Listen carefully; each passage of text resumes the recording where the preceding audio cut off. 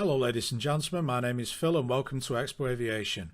Today's trip report is our flight from Skiathos to Manchester with a fuel stop in Preveza. This flight would be operated by Thomas Cook Airlines. We begin our evening at Skiathos Alexandros Papadiamantis Airport, which has recently been refurbished. I was pleasantly surprised by the work done by Fraport Greece. There were two flights scheduled this evening, one to Gatwick and ours to Manchester. The Gatwick one was an hour before us.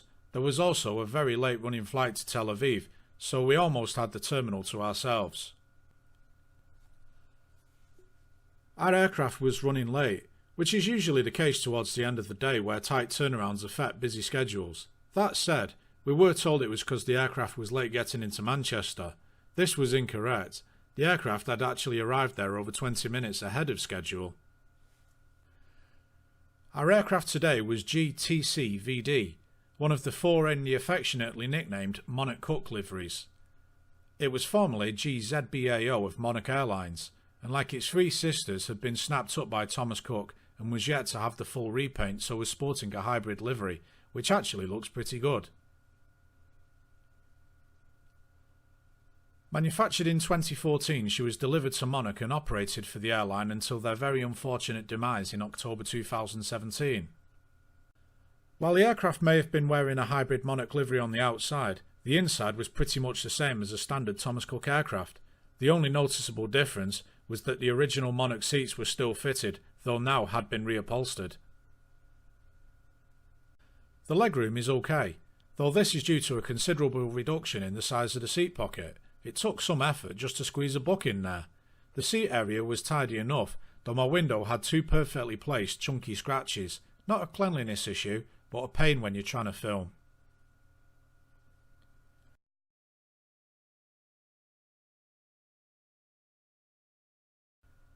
With our boarding completed in a record 18 minutes, we pushed back at 8:32.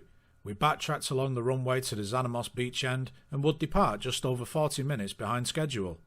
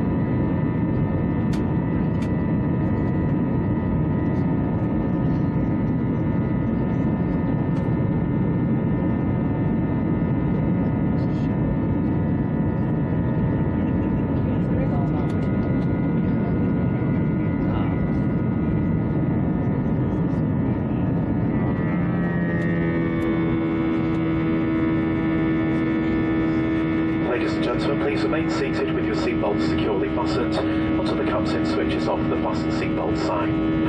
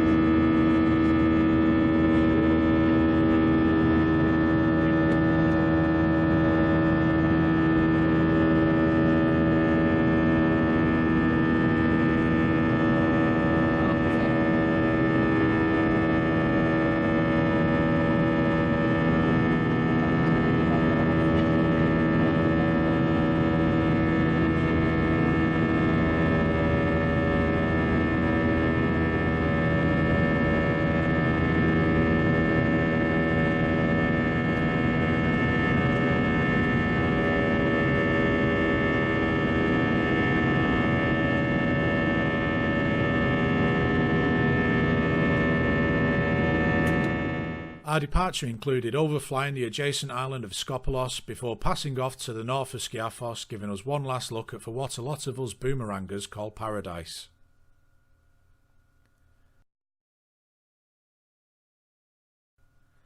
Because the runway at Skiathos is rather short, a lot of flights have to stop for fuel on the way home.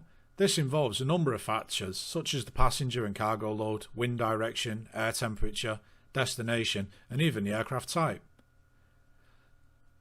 Some flights can get home in one go.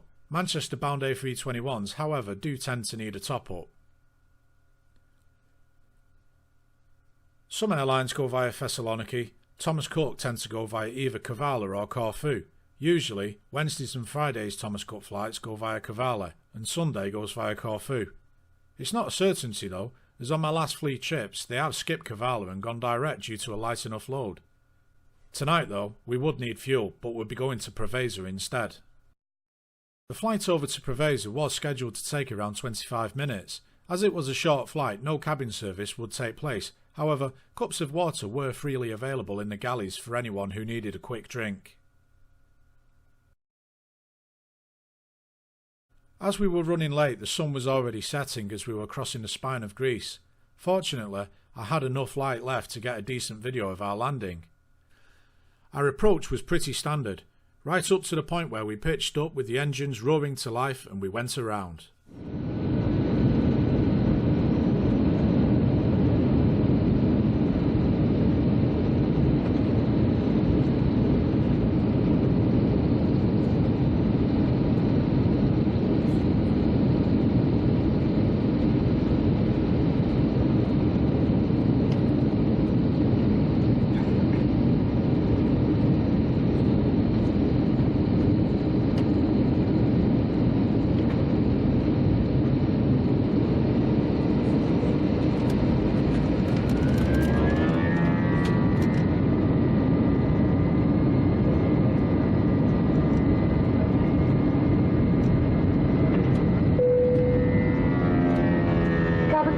For landing.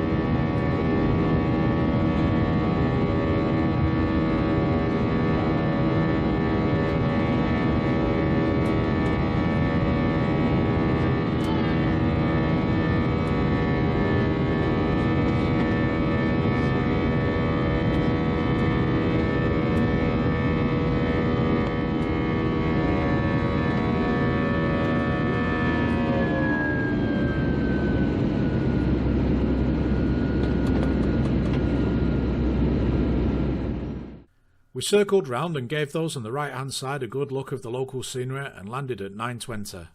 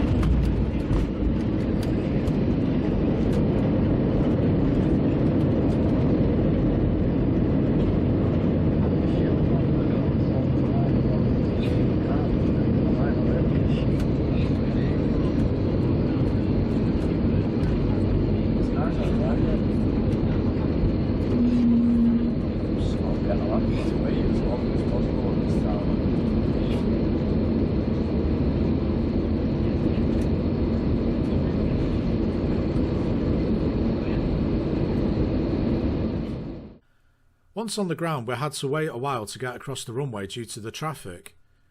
The captain utilised this time to tell us why we were waiting, and secondly, to explain what happened on our approach, and that air traffic control had instructed us to perform a go-around, a perfectly routine procedure he wanted to stress to any nervous flyers. Ladies and gentlemen, from the flight deck, welcome to Preveza. Apologies not being able to speak to you sooner. You probably noticed we had to perform what's called a go around. Basically, quite late on in the approach, air traffic told us to go around, which means to discontinue the approach, which is what we did. So we carried on, then turned around to the right, gave you a nice view of Preveza up on the right hand side of the window before coming around to landing again. We've just got one, possibly two aircraft landing now before we're allowed to get onto stand, and then we'll start refueling. I'll speak to you again. Thank you. After getting on stand, the fueling could begin. The refueling took a long time. The skipper said that there was some issue with the truck, so it wasn't able to pump at the usual rate. Once the refueling had been completed, we were told that there was now an ATC delay, so we would have to wait on stand a little longer. That news was met with a collective groan from most on board. We started our taxi around an hour and a half after landing, then headed back out to the runway for our second takeoff of the day.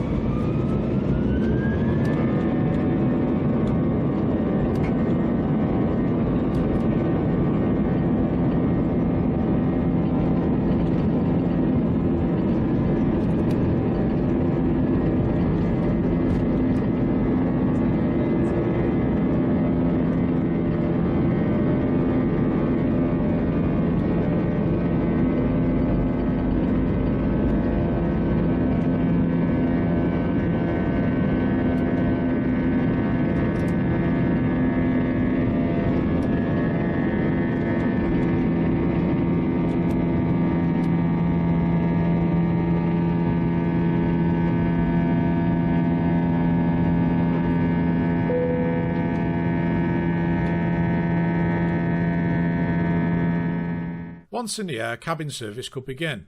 There was a bar service which seemed to be over pretty quick compared to our outbound flight 2 weeks earlier. There were still the same offers on drinks and snacks. I didn't get anything this time as I just wanted to get home, as I had my day job to get back to. The meal service followed on for those who had pre-ordered an in-flight meal. We hadn't on this occasion, as we can do without for a few hours. There were plenty spare though, and these were available for purchase. A tax-free sales service followed for anyone wanting any last-minute gifts, and then we were left to settle in for the journey home. There was no in-flight entertainment, so I had a new book to occupy myself with. On the subject of literature, Thomas Cook furnished us with Emporium magazine, less of an in-flight magazine and just a catalogue full of the products on offer from the duty-free service. There was also the Cafe Cloud menu, detailing everything available from the drink service, and a safety card which needs no introduction. We cruised across Europe, passing over Stuttgart and Brussels along the way. This was a more typical charter flight, some late running and getting home in the middle of the night. It almost took me back to my flying days. There was an initial delay because the aircraft was late leaving Manchester, which then led to a creeping delay throughout the rest of the journey. It seemed that anything that could delay us would delay us. We had to break off the approach and go around again at Preveza, then we were stuck waiting to cross a runway, followed by the issues with a fuel truck and finally another ATC delay due to us being late. I didn't appreciate being late back into Manchester. By the time I got home it had gone 2 AM and I was up for work again at 6. That's the risk you take though. I should point out that travelling on the Sunday rather than the Friday, which has better flight times, was a little bit cheaper. As it was a package deal with accommodation included, it was hard to tell though just how much of that was down to the cost of the flight. As for the hard product, well, Thomas Cook Airlines did get us from A to B via sea. The seats were comfortable enough for the 5 hours or so that we were sat there, and the seat area was clean and tidy. The legroom was okay for me. It did come at the expense of the seat pocket being very small, but not everyone uses those, so it could be considered a fair trade-off. The crew were friendly and attentive enough, though it would have been nice if they'd told us the real reason the flight was late for leaving Manchester, but then again, having been crew myself, I know sometimes a little white lie can prevent a lot of trouble. On the subject of friendly crew, I would like to point out that one of the pilots did a final announcement as we started our descent with the usual "thanks for flying with us," but also advised us that due to the weather, several roads near the airport were flooded and to take extra care when travelling home. This was a nice touch. To recap before landing, this was an average experience with Thomas Cook Airlines. I was happy enough with a hard product, and just to get from Skiathos to Manchester.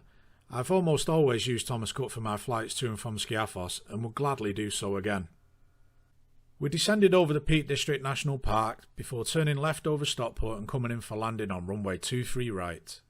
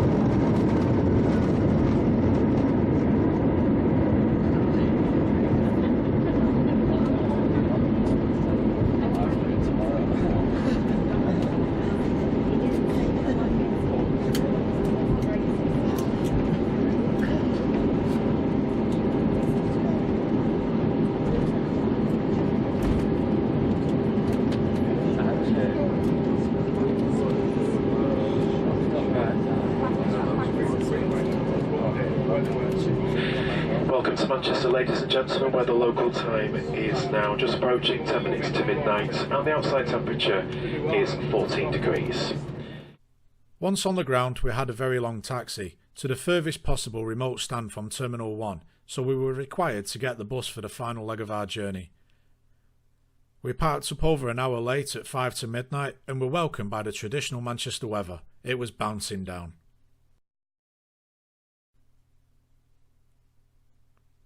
I hope you enjoyed this trip report, and as always, thanks for watching. It was a bit more hard